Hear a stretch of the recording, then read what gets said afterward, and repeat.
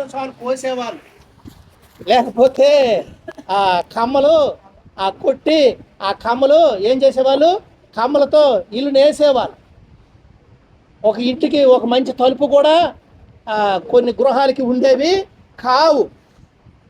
ఈ వస్తువులు భద్రపరచుకోవాలంటే తిని ఆ పదార్థాలు కూడా ఉట్టిలు కట్టి వాటి మీద ఉంచుకున్నటువంటి పరిస్థితి. అది మన పిల్లలకు తెలుసా ఈ పరిస్థితి? తెలియదు. ఈ తరానికి అవి తెలియదు. అర్థమైందా? అయితే నిజంగా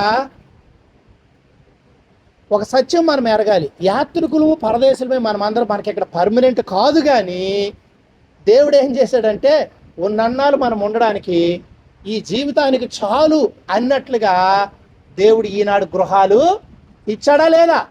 ఆ రీతికి ఇచ్చాడు. ఎందుకంటే ఎండకు, వానకు, చలికి, వీటన్నిటికీ భద్రతగా దేవుడు ఇచ్చాడు ఈ గృహాలు. ఆ రీతిగా ఫ్యాన్లు, అర్థమైందా? నేను బోర్డింగ్ నుండి వస్తే సెలవులకి దోమలు కుడితే ఇసన గారితోటి ఇసిరేవాళ్ళు, లేకపోతే దోమ తెర కడితే గాలి తగిలేది కాదు, అంటే ఫ్యాన్ సౌకర్యం ఉండేది కాదు. మన ఊరు ఉన్నన్ని దోమలు ఏ ఊర్లో అసలు మనకు తెలియదు. ఇప్పుడు అవన్నీ పరిస్థితులు మారిపోయి ఇప్పుడు కూడా బాగానే ఉంటుంది వాతావరణం. అలాగుండేది దోమలంటే, అంత బీభత్సంగా ఉండేది. అవన్నీ మన పూర్వ పరిస్థితులు. వాటన్నిటికీ ఎప్పుడైనా మీరు కృతజ్ఞతలు చెప్పాలా వద్దా? వాటన్నిటినీ జ్ఞాపకం చేసుకుని దేవునికి కృతజ్ఞతలు చెప్పాలా. నువ్వు దేవునికి కృతజ్ఞతలు చెప్తే, మా తండ్రులు మా తాతలు అలా జీవించారు, మా పరిస్థితులను మెరుగుపరిచినందుకు ప్రభువా నీకు వందనాలంటే నీ జీవితంలో ఇంకా కొన్ని గొప్ప కార్యాలు చేస్తాడు. ఇటువంటి కృతజ్ఞత బుద్ధి మనకు లేదు కాబట్టి దేవుడు మనకు మేలులు చేయడు. ఎప్పుడు కూడా ఈ కృతజ్ఞత బుద్ధి ఉండాలి. ఒకప్పుడు మా పరిస్థితి ఏంటి, ఇప్పుడు మేము ఇలాగున్నాము, దీన్ని బేరేజ్ వేసుకుని దేవునికి మనం కృతజ్ఞతలు చెప్పాలి. ప్రతి విషయంలో దేవునికి కృతజ్ఞతాస్తుతులు చెల్లించుట మీ విషయంలో దేవుని చిత్తమాట. దేవుని చిత్తం ఇది దేవుని చిత్తం. దేవుని చిత్తం అందరూ చెయ్యాల. ఈరోజు మన పరిస్థితి మారిపోతే నిన్నటి సంగతి మరిచిపోయినటువంటి మనుషులు ఉన్నారు. అటువంటి వాళ్ళు నమ్మకస్తులు కాదు. దేవుడు ఆ జీవితాలు ఆశీర్వదించలేడు. ఇట్టి కృతజ్ఞత కలిగి మనము ఉండాలి. ఇది మన వ్యక్తిగతమైనటువంటి జీవితాలు.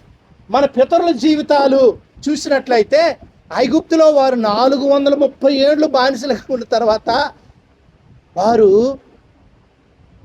విడిపించబడి ఆనందము సంతోషం వాళ్ళకు ఉందగాని వాళ్ళు ఏం చేశారంటే ఆ యొక్క 40 సంవత్సరాల పాటు అరణ్యంలో నడుస్తూనే వచ్చారు. వాళ్ళకి ఎక్కడ నివాసపురము 107వ కీర్తన 4వ వచనం అక్కడ మనం జ్ఞాపకం చేసుకుంటే ఆ మాట మనము చదువుతాం.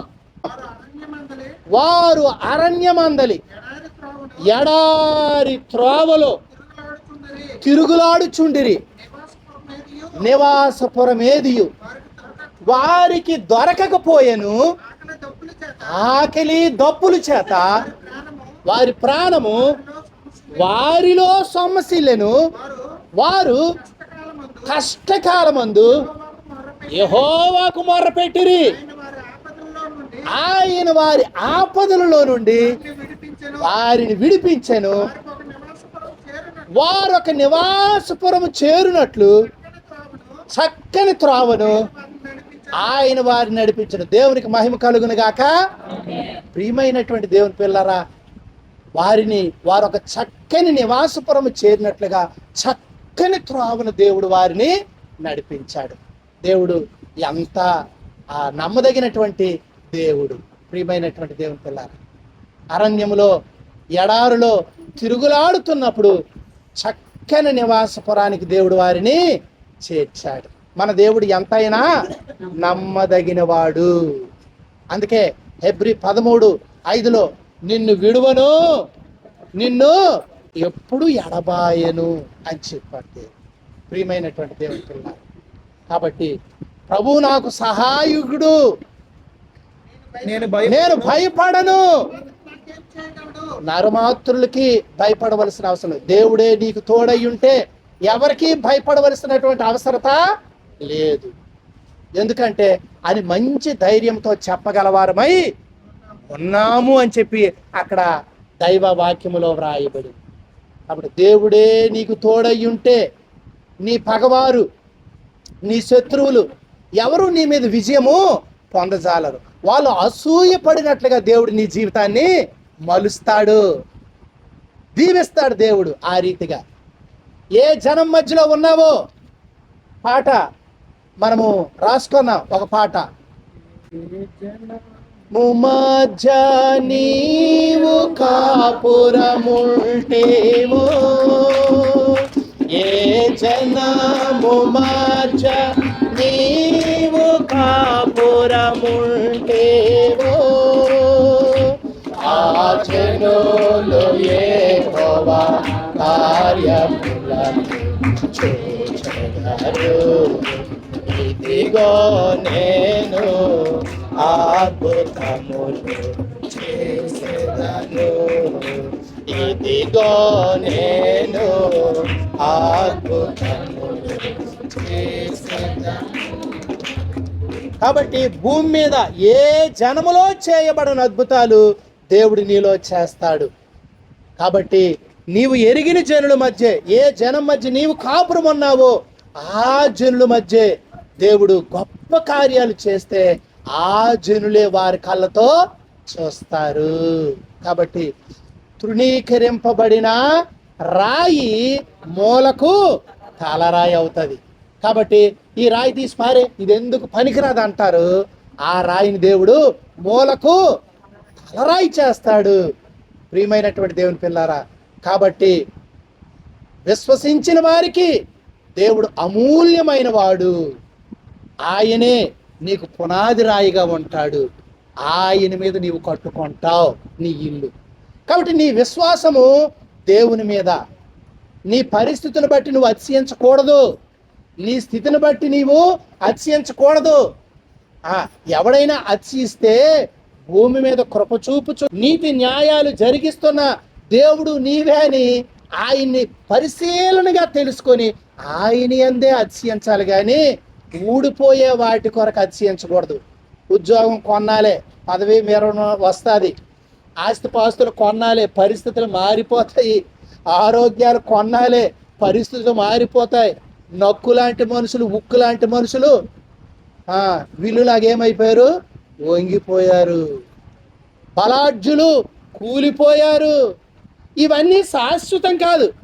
ఎవరి యందు నీవు అతిశయించాలో ఆయన్ని పట్టుకొని ఆయన్ని బట్టి అతిశయించు. ఇక నువ్వు బ్రేకులు పట్టుకోవడమే, నీ బండి అలాగే వెళ్ళిపోద్ది. అర్థమైందా?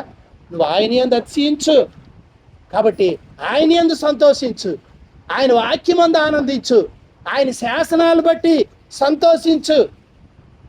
అవి నీకు తెలియజెప్పినందుకు కృతజ్ఞతలు చెప్పు. ఆ బాటలో నిన్ను నడిపిస్తున్నందుకు వందనాలు చెప్పు. ఒకప్పుడు తృణీకరించబడి దూరానున్న నీవు మూర్ఖుడుగా, లేకపోతే చూసినప్పుడు ముస్కరుడుగా అనేక రీతులుగా ఉన్న మనల్ని ఆయన బాటలో నడిపిస్తూ నడిపిస్తూ నడిపిస్తూ జ్ఞానులుగా గొప్పవారిగా చేశాడు. యెషయా గ్రంథం 35వ అధ్యాయం 8వ వచనం నుండి క్రిందికి, రాజమార్గము ఏర్పడును, అది మామూలు మార్గం కాదు, పరిశుద్ధ మార్గం అనబడుతుంది. అపవిత్రులు ఆ త్రోవలో నడవకూడదు. అది దొంగ తిరుగులు తిరిగేవారు కాదు, మార్గాన్ని పోయేవారి కొరకే ఆ రూటు. మూఢులైనను మూఢత్వం కలిగిన వారైనా ఆ రుజు మార్గానికి వస్తే త్రోవ తప్పక ఉంటారు. అక్కడ సింహం ఉండదు, అక్కడ సింహం ఉండదు, క్రూర జంతువులు ఉండవు, అవి అక్కడ కనబడవు. విమోచింపబడిన వారే అక్కడ ఎవరు విడిపించబడతారో వాళ్ళే అక్కడ నడిచెదరు. యెహోవా విమోచించిన వారు పాటలు పాడుచు తిరిగి సియోనుకు వస్తారు. ప్రియమైనటువంటి దేవుని పిల్లారా, కాబట్టి మారు మనసు లేని వారు మారు మనసు పొందాలా, ముష్కరులు వారి ప్రవర్తన విడిచిపెట్టాలా. కాబట్టి మనము మన మార్గాలు ఎంతవరకు తిరిగాం, ఇక చాలు, నేనే మార్గం అని చెప్పాడు ప్రభు. ఆ మార్గమే తీసుకెళ్తుంది నిత్యత్వానికి. వేరొక మార్గము లేదు. నేను తప్ప వేరొక దేవుడు నీకు ఉండకూడదు. నేను తప్ప ఇంకొక తోవ నీకు లేదు. ప్రియమైనటువంటిది, ఆయన మోక్షానికి మార్గము, నీ కుటుంబానికి పునాది రాయి. అర్థమైందా? ఇల్లు కట్టువారు ఇసుక మీద అయితే బేగే కడతారు, కానీ ఆ గృహము పరీక్షల్లో నిలబడదు. బండ మీద పునాది వేసి కట్టిన వారి ఇల్లు పడతాది. కుటుంబం అనగానే ఈ గోడలు, ఈ స్లాబు, ఈ రంగులు, ఈ లైట్లు కాదు. సమాధానము, ఆనందము, సంతృప్తి, అవునా కదా, ప్రేమ, ఐక్యత, త్యాగము, వీటన్నిటితో ముడిపడి ఉన్నటువంటిది కుటుంబము. అర్థమైందా? ఎవరి స్వార్థం వాళ్ళదే. భర్త పని భర్తదే, భార్య పని భార్యదే, పిల్లల పని పిల్లలదే. అయితే ఒక ఇల్లు తనకు తానే విరోధంగా ఉంటే ఆ ఇల్లు ఎప్పుడైనా వర్ధిల్లుతుందా? భర్తకు వచ్చింది భర్త ఖర్చు పెట్టేస్తాడు, భార్యకు వచ్చింది భార్య చేసేస్తుంది, పిల్లలకు వచ్చింది పిల్లలు చేసేస్తారు. ఆ గృహం దీవించబడుతుందా? ప్రియమైనటువంటి దేవుని పిల్లలారా, కాబట్టి ఒక ఐక్యత, ఒక సమాధానము, ఒక నెమ్మది, అవే దేవుడు దీవించిన కుటుంబాలు. దేవుడు దీవించిన కుటుంబాలు.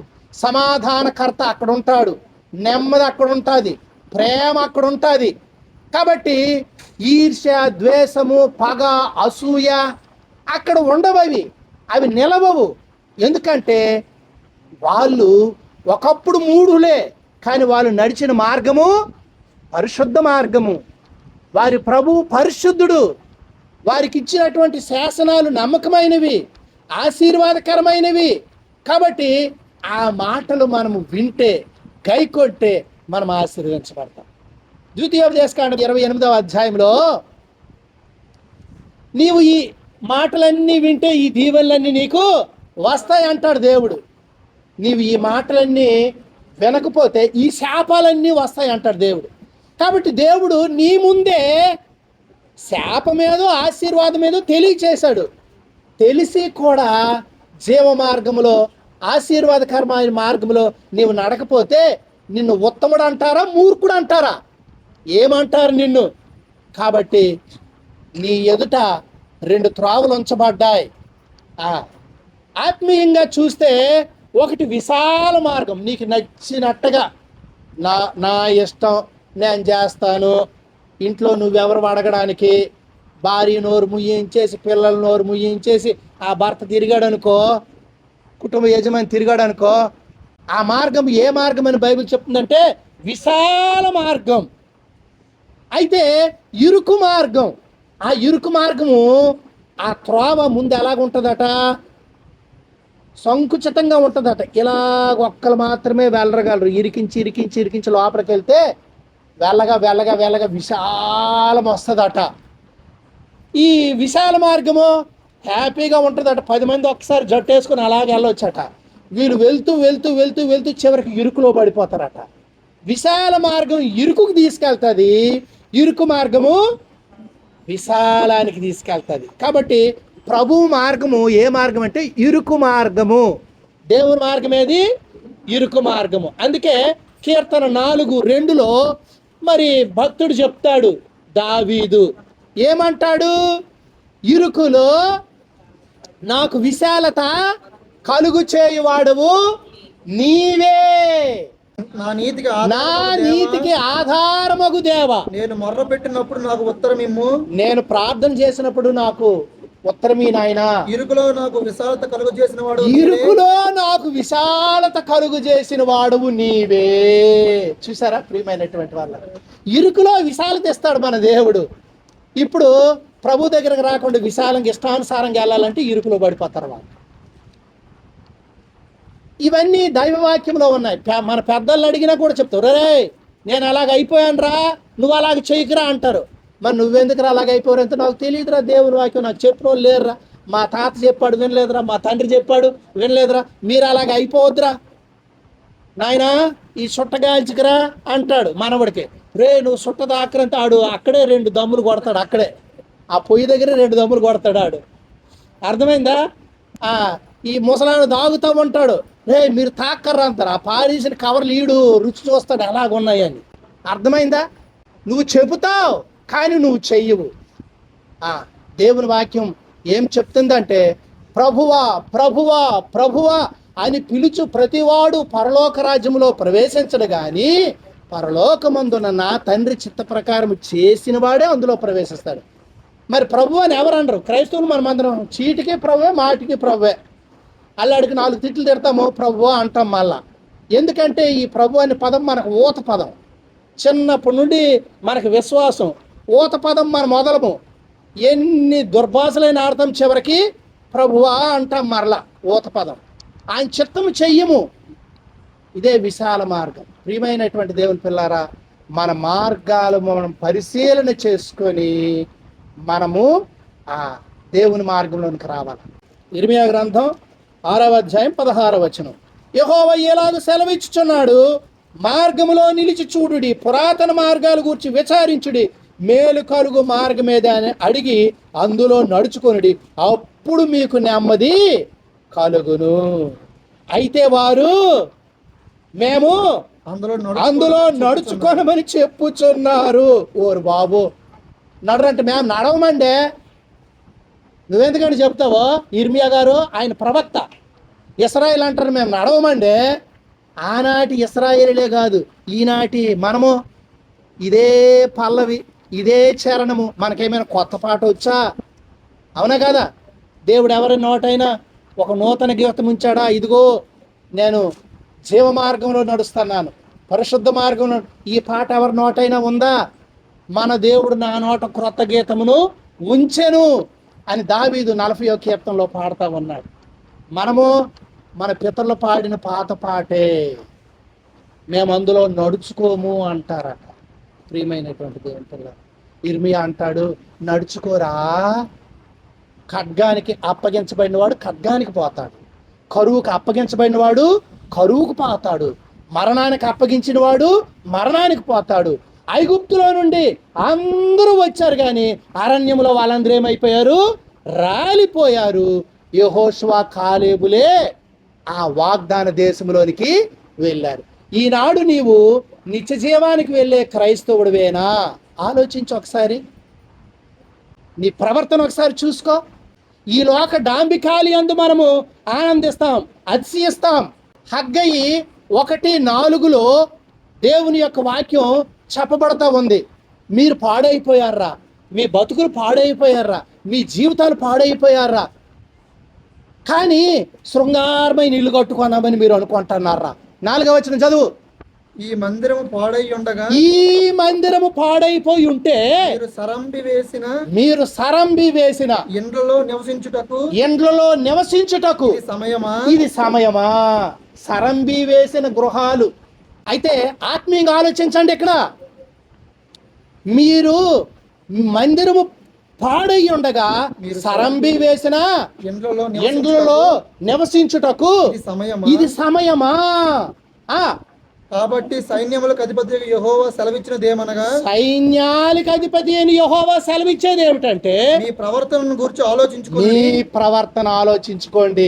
మీరు విస్తారంగా విత్తనను చూడు, మీరు పంటకి విత్తనాలు బాగా విత్తారు, ఈ సంవత్సరం బాగా పడితే ఇంత వస్తుంది అనుకుంటున్నారు. మీకు కొంచెమే పండెను, మీకు కొంచెమే పండింది. మీరు భోజనం చేయుచున్నను, మీరు భోజనం చేస్తున్నారు కానీ ఆకలి తీరక ఉన్నది. బాగా మంచి మటన్ తెచ్చుకోండి, బాగా వండుమని చెప్పాడు. అలా ఆవిడ ఏం చేసిందంటే ఉప్పు ఎక్కువ వేసింది. పాపము తింటున్నాడు కానీ తృప్తి లేదు. ఎంత కష్టపడి ఎంత తెచ్చాను, తీసుకొచ్చాను, ఏమైపోయింది? తింటున్నారు కానీ తృప్తి లేదట. పానం చేయుచున్నను, దాహం తీరక ఉన్నది. మంచి ఫ్రూట్స్ తీసుకొచ్చాడు, ఆ జ్యూస్ చేస్తే, ప్రియమైనటువంటి దేవుని పిల్లారా, అర్థమైందా? అందులో మరి పంచదార ఎక్కువ వేసింది. ఈయన షుగర్ పేషెంట్. బాబోయ్, ఈ ఫ్రూట్ జ్యూస్ తాగాలనుకుంటే అందులో ముడకడ వేసింది బాబు పంచదార. పానం చేయుచున్నను, దాహం తీరక ఉన్నది. అయ్యో, దాహం తీరలేదు, అది నీకు తృప్తి లేదు. బట్టలు కప్పుకొనుచున్నను, బట్టలు కప్పుకుంటున్నావు, చలి ఆగకున్నది. పనివారు కష్టం చేసి, పనివారు ఎంతో కష్టపడుతూ జీతము రాత్రి ఓటీలు చేస్తూ డబ్బులు తెచ్చుకుంటున్నా జీతము చినిగిపోయిన జీతము సంచిలో వేసినట్టుగా ఉన్నది. చినిగిపోయిన సంచిలో వేసినట్టుగా అమ్మికి బాగులేకపోతే హాస్పిటల్, బాబుకు బాగులేకపోతే హాస్పిటల్, ఈ హాస్పిటల్ కాకపోతే ఆ హాస్పిటల్, అందులో వేసారట చినిగిన సంచిలో. సంచిలో వేసినట్లుందట. కాగా సైన్యములకు అధిపతి కాగా సైన్యములకు అధిపతి యెహోవా సెలవిచ్చినదేమనగా, చెప్పేది ఏమిటంటే మీ ప్రవర్తనను గురించి ఆలోచించుకోండి. ప్రవర్తన కూర్చొని ఒక్కసారి ఆలోచన చేయి. ఇవన్నీ ఎందుకు ఇలా జరుగుతున్నాయి? నిన్ను సరిచేయడానికే. నిన్ను ప్రేమించి కష్టాలు ఇచ్చి నిన్ను ఒక లైన్లో పెడతాడు. కష్టాలు పెట్టినా నువ్వు ఇంకా గమనించుకుంటూ వెళ్ళిపోతావు చూడు. గొర్రెపోతు దడలో మెడలో ఏమేస్తారు? పెంచి పెంచి పెంచి దండేస్తే డప్పులు కొడుతుంటే అది గొప్ప అయిపోయి నడుస్తుంటుంది. అది అరే ఏట్రా నాకు ఈ ఘనత అని. కానీ ఎక్కడికి తీసుకెళ్తారు? దానికి ఎక్కడ తీసుకెళ్తారు? ప్రియమైనటువంటి దేవుని పిల్లలారా, దేవుని చేత ఎవరు శిక్షించబడ్డారో వారు దేవుని చేత ప్రేమించబడిన వారు. వారి ప్రవర్తన మార్చుకొని సరి అయిన రూట్లోకి వస్తారని దేవుడు వారికి ఇచ్చే హెచ్చరిక. కాబట్టి నువ్వు గద్దింపును తృణీకరించకు. హెబ్రీ 12:7. శిక్షాఫలం పొందుటకై ఆ శిక్షకి తగిన ప్రతిఫలము నీవు పొందడానికి మీరు సహించుచున్నారు. మీరు సహిస్తా ఉన్నారు. దేవుడు కుమారులనుగా మిమ్మల్ని చూచుచున్నాడు. దేవుడు తన సొంత పిల్లల్లాగా మిమ్మల్ని చూస్తున్నాడు. తండ్రి శిక్షింపని కుమారుడు ఎవడు? తండ్రి శిక్షించని కొడుకు ఎవడైనా ఉన్నాడా? కుమారులైన వాళ్ళందరూ శిక్షలోనే పాలు పొందుతున్నారు. మీరు పొందని ఎడల నా శిక్షను మీరు పొంది మీరు గుణపడకపోతే మీరు దుర్బీజులే. మీరు సైతాను పిల్లలు అంటున్నారు. కాబట్టి ఒక పాట ఉంది మనకి, ఎంతో అద్భుతమైనది నా ప్రభు నన్ను శిక్షించుట, ఎంతో అద్భుతమైనది నా ప్రభు నన్ను శిక్షించుట, ప్రభు నన్ను సరిచేయుట తన ప్రేమయ్యున్నది, తన ప్రేమయ్యున్నది. యేసుని స్వరము వినుచు వెంబాడించుచున్నాను,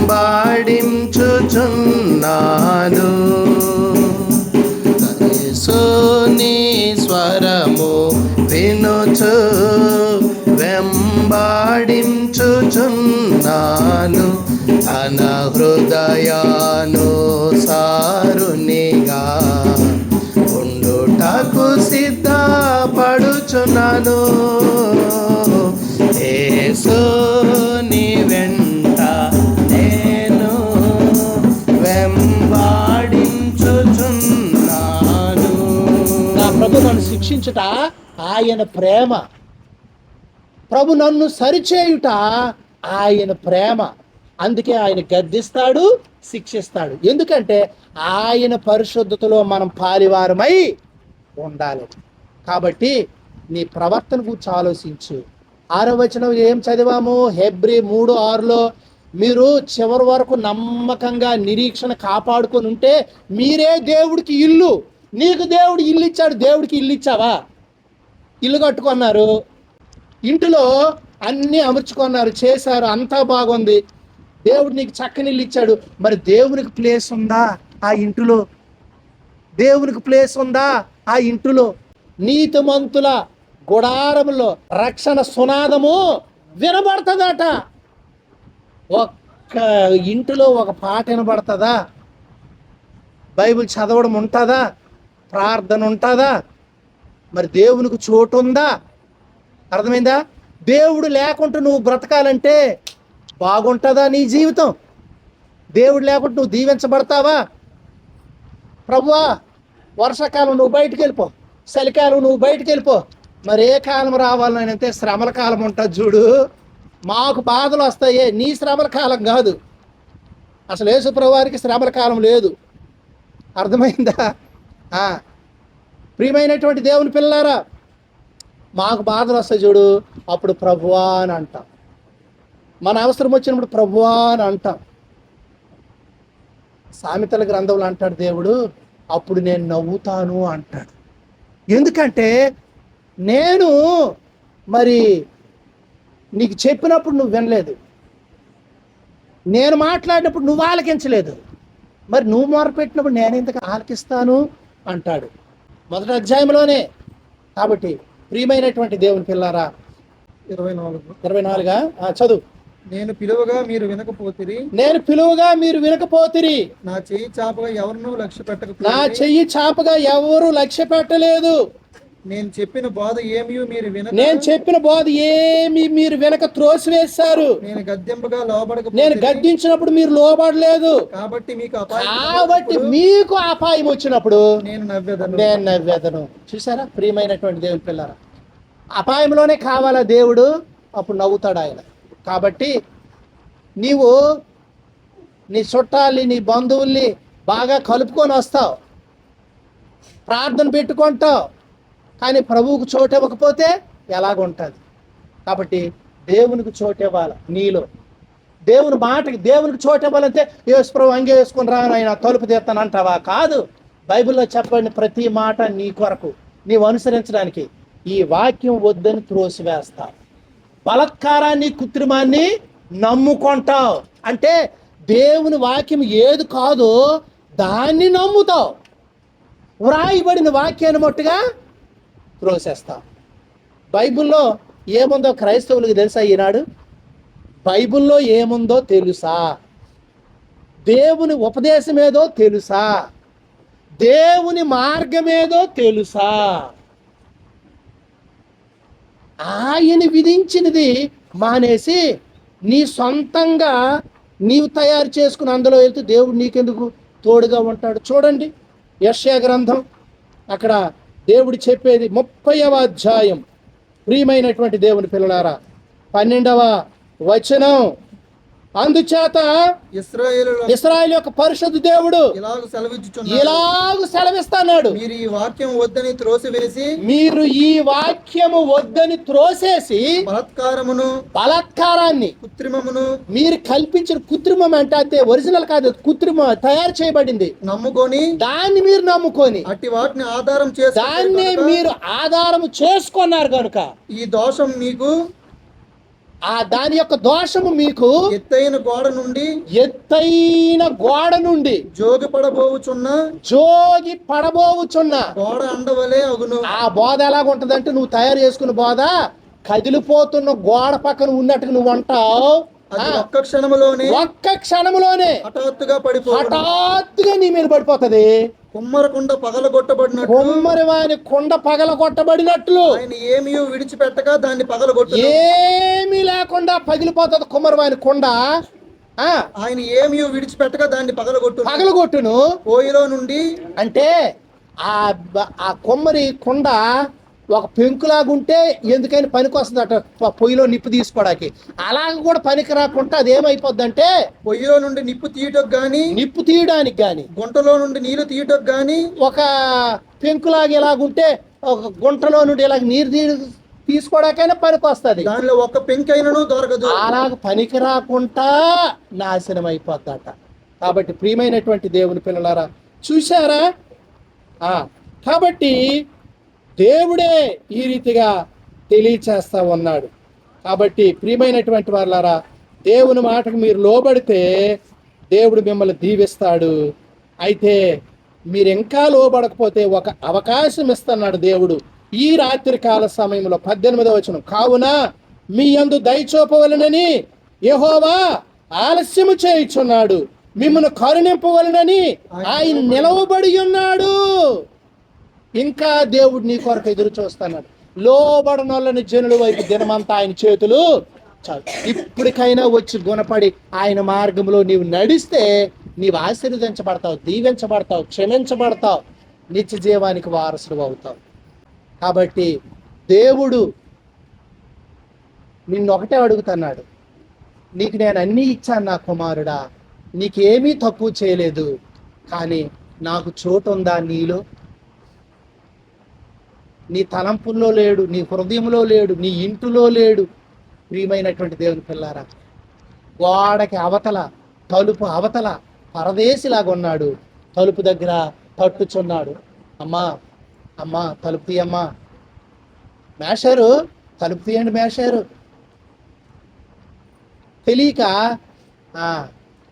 బాబు వచ్చి తలుపు తీస్తాడు. అమ్మ నువ్వైనా తీసావు, ఆయన లోపలికి వచ్చాను అంటే వీళ్ళు తీరాను కాదు, వీళ్ళు విశ్వాసులే. ఆ బిడ్డ వీళ్ళు కలిసి, ఇప్పుడు వీళ్ళు ముగ్గురు ప్రభుతో కలిసి నలుగురు.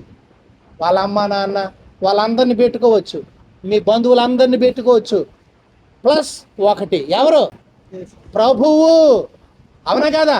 ప్రభువు లేకుండా అందరుంటే మనకు ప్రయోజనం ఏమీ కాదు. అందరున్నా మనకి అవసాన కాలంలో వారి ప్రేమ మనకు మంచిదే, కానీ ప్రభువు లేకుండా మనం ఎన్ని పోగేసుకున్నా అవి మనకి క్షేమదాయకమైనవి కావు. కాబట్టి ప్రియమైనటువంటి దేవుని పిల్లారా,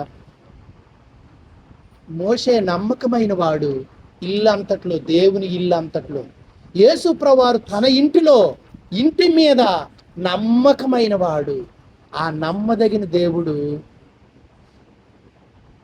ఆశ్రయం లేని నీకు ఆశ్రయం ఇచ్చాడు.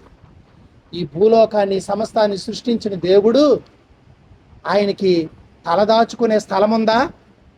పశువుల పాకలో ఆయన పవలించాడు, ఆ గడ్డిలో. సత్రంలో చోటు లేదు.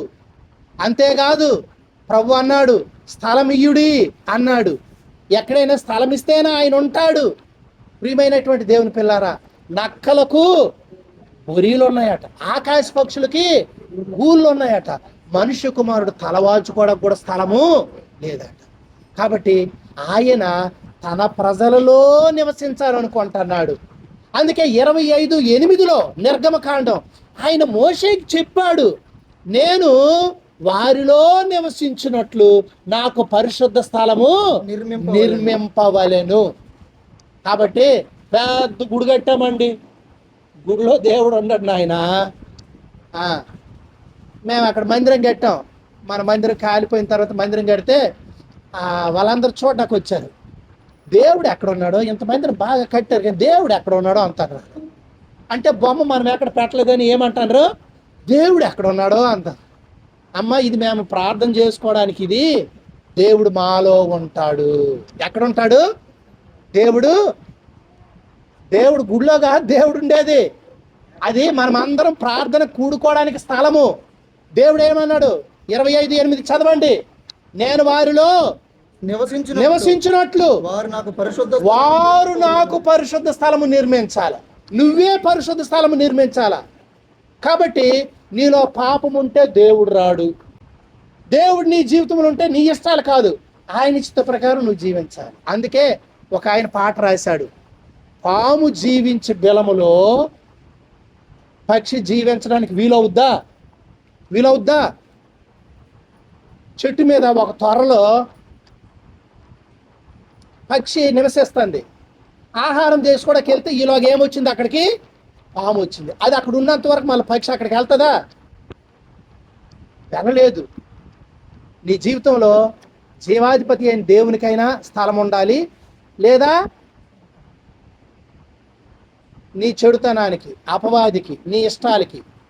కాబట్టి నీలో నాకు పరిశుద్ధ స్థలము, వారిలో నేను నివసించినట్లు వారు నాకు పరిశుద్ధ స్థలము నిర్మింపవలెను అని చెప్పాను. ఇప్పుడు ఒక పాత పాట, హృదయమే, చూసారా ఎంత చక్కగా పాడుతుంది? చూసారా? హృదయమే నీ ఆలయము క్రీస్తు. కాబట్టి ప్రభువు ఎక్కడ నివసించాలనుకుంటున్నాడు?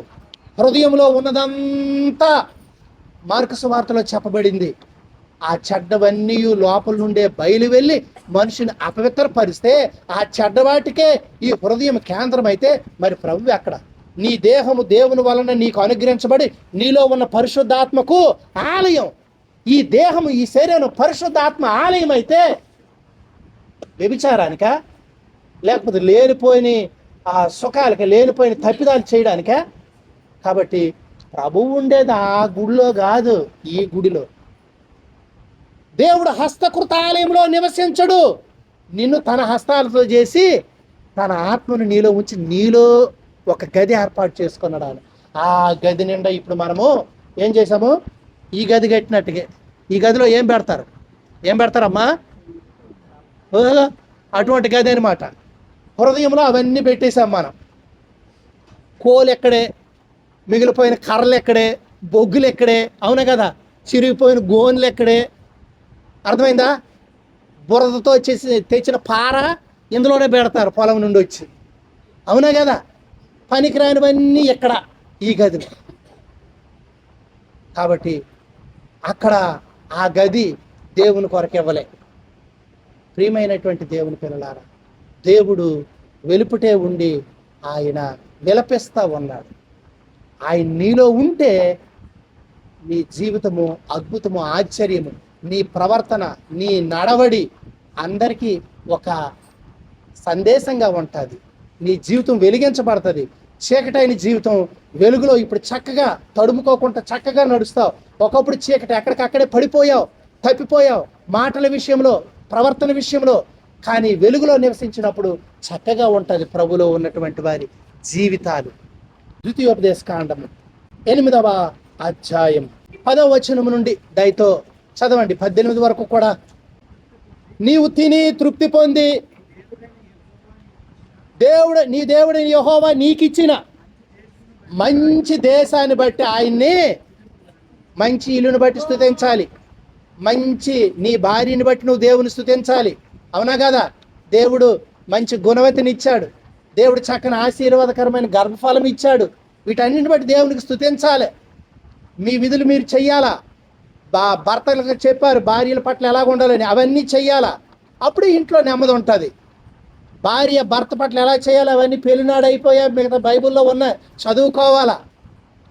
ఆ రీతిగా సమాధానం నెమ్మది ఉంటుంది. వీటన్నిటిని బట్టి దేవుని కృతజ్ఞతలు చెల్లించాలా. నీవు ఆజ్ఞలు, విధులు, కట్టడలు నీవు అనుసరించకుండా నీ దేవుని మరిచిపోయి కడుపారా తిని మంచి ఇల్లు కట్టించుకొని వాటిలో నివసింపగా నీ పశువులు, నీ గొర్రె మేకలు వృద్ధి అయి నీకు వెండి బంగారము విస్తరించి నీ కలిగిందంతా దేవుడు ఆశీర్వదించినప్పుడు నీవు వర్ధిల్లినప్పుడు నీవు మనస్సు మదించిపోయి దేవుడు నన్ను ఎక్కడి నుండి విడిపించాడు, ఎలాగ తీసుకొచ్చాడు, ఇప్పుడు నేను ఎలాగ బ్రతుకుతున్నాను, నువ్వు మరిచిపోయి బ్రతుకుతున్నావేమో. తాపకరమైన పాములు, తేళ్ళు కలిగి ఎడారి అయి నీరు లేని భయంకరమైన ఆ గొప్ప అరణ్యములో ఆయన నిన్ను నడిపించాడు.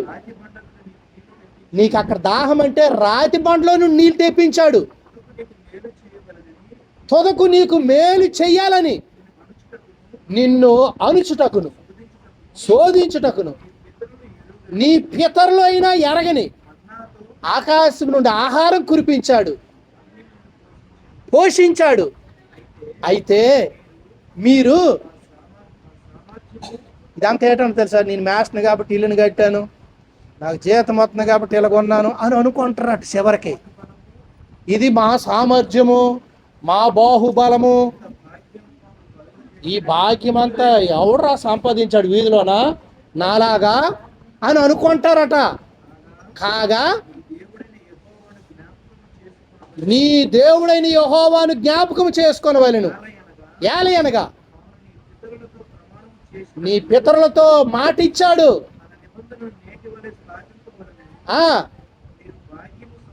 మీరు భాగ్యము సంపాదించుకున్నట్లుగా మీకు సామర్థ్యం కలిగి చేసిన వాడు మీ దేవుడే. దేవుడు దీవించకుండా నీకేది రాదు నాయన. ఇక్కడ చాలామంది ఉన్నారు, జాగ్రత్త.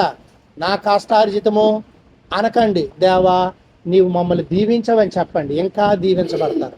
అంతేగాని ఇలాగన్నారు అనుకో, అమ్మో ఇదంతా నా సామర్థ్యము, నా బాహుబలము అని అనుకో. ఎప్పుడు అనకూడదు. ప్రభువా మాకు ఈ స్థితి ఇచ్చావు, నీకు వందనాలు అని చెప్పాలి. అలా కృతజ్ఞత కలిగి ఉంటే నీ పిల్లల పిల్లల పిల్లల వరకు కూడా ఆయన ఆశీర్వాదం నిలబడి ఉంటుంది.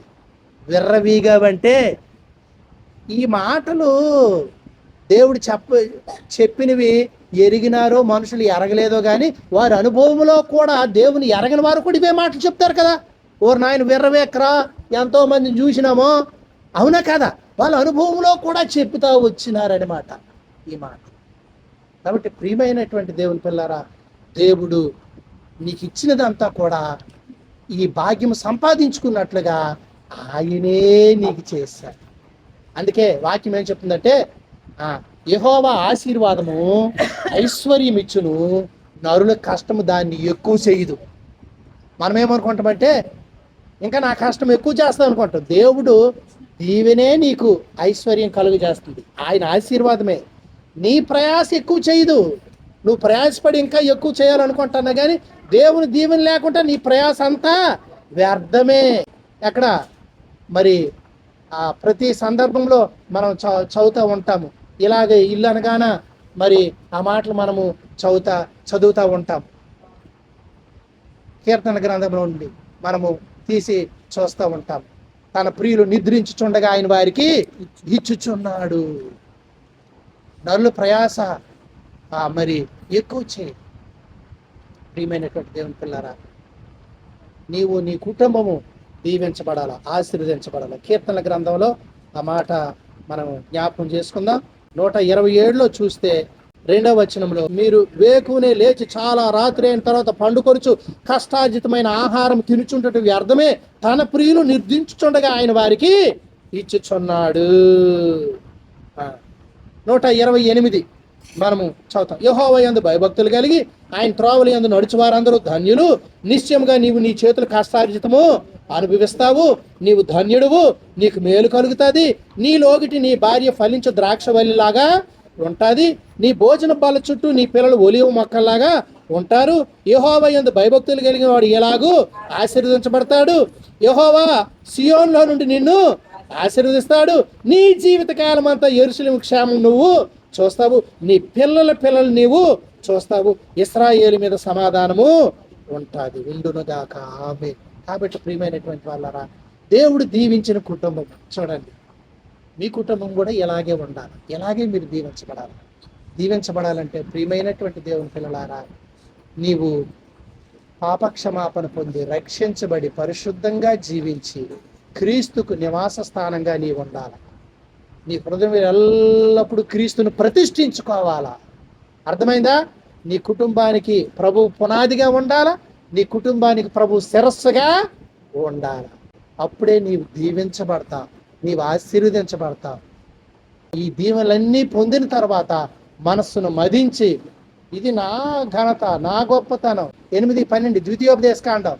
మంచి ఇండ్లు కట్టించుకొని మంచి ఇల్లు కట్టించు, వాటిలో నివసింపగా నీ పశువులు నీ గొర్రె మేకలు వృద్ధి అయి నీకు వెండి బంగారాలు విస్తరించి కలిగినదంతయు వర్ధిల్లినప్పుడు నీ మనస్సు మదించి. చూసావా, మామూలుగా ఏమీ లేకపోయినప్పుడు దేవుడా దేవుడా దేవుడా దేవుడు అంటాం మనం. అన్ని సమకూర్చిన తర్వాత ఏంటంటే, ఒక స్థాయి వచ్చిన తర్వాత ఒక చిన్న కథ ఏమిటంటే,